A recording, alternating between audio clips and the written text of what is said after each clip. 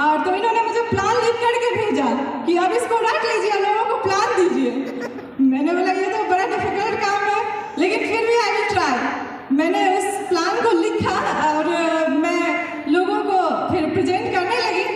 ऐसा हुआ कि बहुत दिन की तो 10 लोगों को किया तो आए नहीं। मैंने बोला दूर ऐसा कौन सा काम है जो लोग आते भी नहीं हैं, तो करने का क्या फ़ायदा, हटाऊँ। लेकिन फिर एक दिन ऐसा हुआ कि एक 3 फीट में ही कोई आदमी मुझे मिला। तो मैंने बोला कि आप तो एक बिजनेस, पूछा क्या करते हैं, तो मैंने बोला जॉब करती हूँ। तो बोला उसके अलावा, मैंने बोला कुछ नहीं करती हूँ, आपको एक और काम करती हूँ जो मैं आपको बताऊँगी बड़े इत्मीनान से। तो बोला ठीक है। तो उनको फिर मैंने इस बिजनेस उनको बुलाया 2-4 बार, तो अनुकूल किए, लेकिन फिर मैंने बोला कि नहीं, अब एक मिला है तो इसको पकड़ के बिजनेस कराते हैं, देखते हैं क्या होता है, कुछ पैसे आते हैं या नहीं। तो इनको तो मैंने शुरू से ही देखा था कि कुछ कर रहे हैं, अपॉर्चुनिटी इनको मिली है और सब कुछ ही अचीव किए हैं, क्योंकि गवर्नमेंट जॉब में इनको वो अचीवमेंट नहीं मिलती जो शायद सेफ शॉप में मिली है इनको।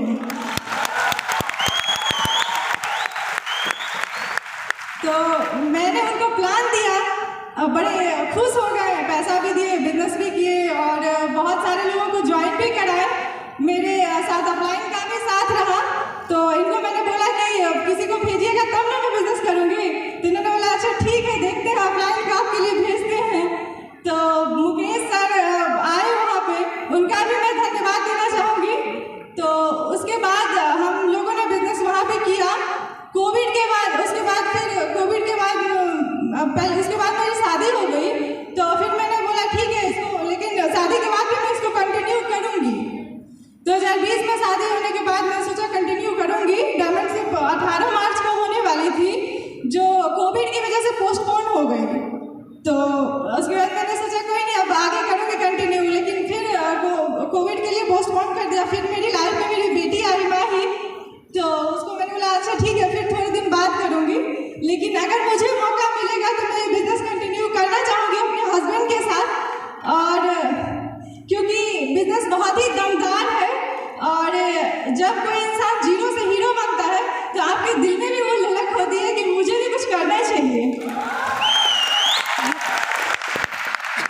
तो इसीलिए मैं भी कभी लाइफ में चाहूँगी कंटिन्यू करूँ।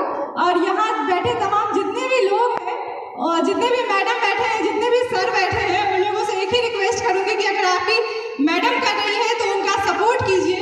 जरूरी नहीं है कि सपोर्ट फिजिकली किया जाए, आप मेंटली भी सपोर्ट कर सकते हैं। बहुत सारे लोग फिजिकली भी सपोर्ट कर जाते हैं, मेंटली भी सपोर्ट कर जाते हैं। तो उन लोगों से यही रिक्वेस्ट है कि आप दोनों एक दूसरे को सपोर्ट कीजिए। जो अपॉर्चुनिटी मुझे मिली है कल आपको भी मिलेगी। और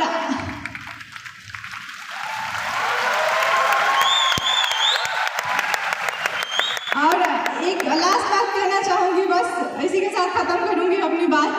एक ही चीज़ कहूँगी कि हिम्मत नहीं हारिए, रख हौसला, वो मंजर भी आएगा, प्यासे के पास चलकर समंदर भी आएगा।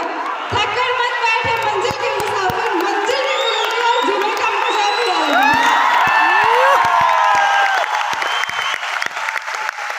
Thank you so much, wish you all the best and go diamond everyone. Thank you.